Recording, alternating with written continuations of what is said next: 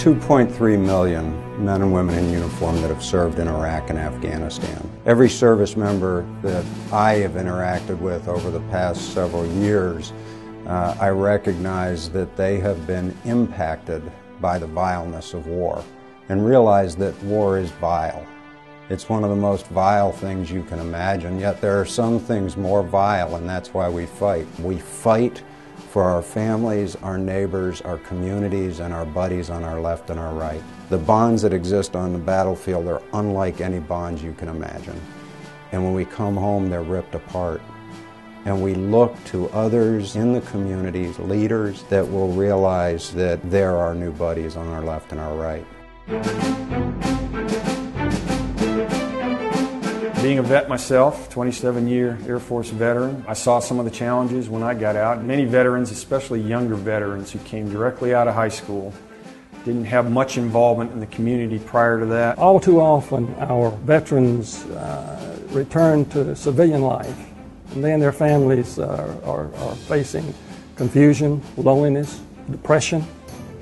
Suicides exceed combat deaths among our troops. Many of them are returning with those invisible wounds of war, traumatic brain injury and PTSD. And unemployment rate among our veterans aged 22 to 26 is a whopping 25%. With the way the economy is right now, you know, vets coming out of the military, how hard it is to find a good paying job without a degree, just your Air Force experience, or even if you have a degree in the Air Force not related to the job, is really hard. A lot of the returning vets, you know, they have a different set of worries, you know, that they have to deal with.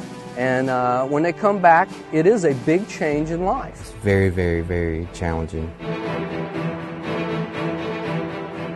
Community Blueprint is part of a national initiative to help out veterans who have recently exited military service and are in need of assistance finding employment, getting re-educated, and basically adjusting back to civilian life. Community Blueprint is a real effort to just raise the bar of making sure that veterans are welcomed back into the community and fully integrated. It's a wraparound approach that's based on their needs and not what organizations do. It includes 8 mission areas: behavioral health, education, employment, family strength, financial legal, also known as life skills, homelessness, reintegration into the community after separation, and volunteerism. We were asked, our MOAA chapter, if we would be interested in conducting a pilot project. We took a look at those 8 mission areas, and we felt that we were an ideal community for such an effort. The idea behind this blueprint is it's scalable. And so a community that may have a very strong program, when they look at these 8 areas, may feel that they only need to improve in 1 or 2, or they may want to take a look at all 8. We have a large military presence here with Moody Air Force Base and a large number of veterans. We were ready to get involved.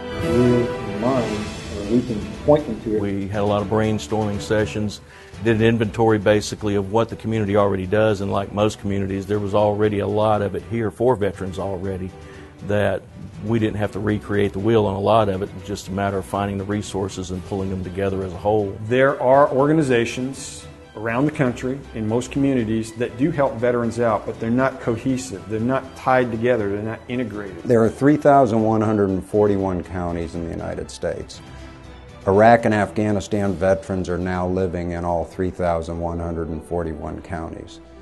The small communities have to play a large part in this. Being a disabled veteran, I know I basically had to do it myself. I had to find all the people, find, you know, my VA rep, and I didn't know which questions to ask. You've got people that have put their life on the lines for this country. They've served this country with honor and respect, and we need to honor that as a community. It's important to everybody, to all of us, to feel connected, to feel a part of a community, especially for our warriors and their families. They need to know that they're not alone. We hear thank you for your service all the time. All the service people, they like to say thank you for your service when you're helping out all the other veterans also. There's just some things that government can't do, that independent organizations working in a community-based methodology, coming together and connecting and ensuring the resources are available and focused makes a huge difference. That's what Community Blueprint is all about. We're stepping up to the challenge to make sure that these vets aren't forgotten.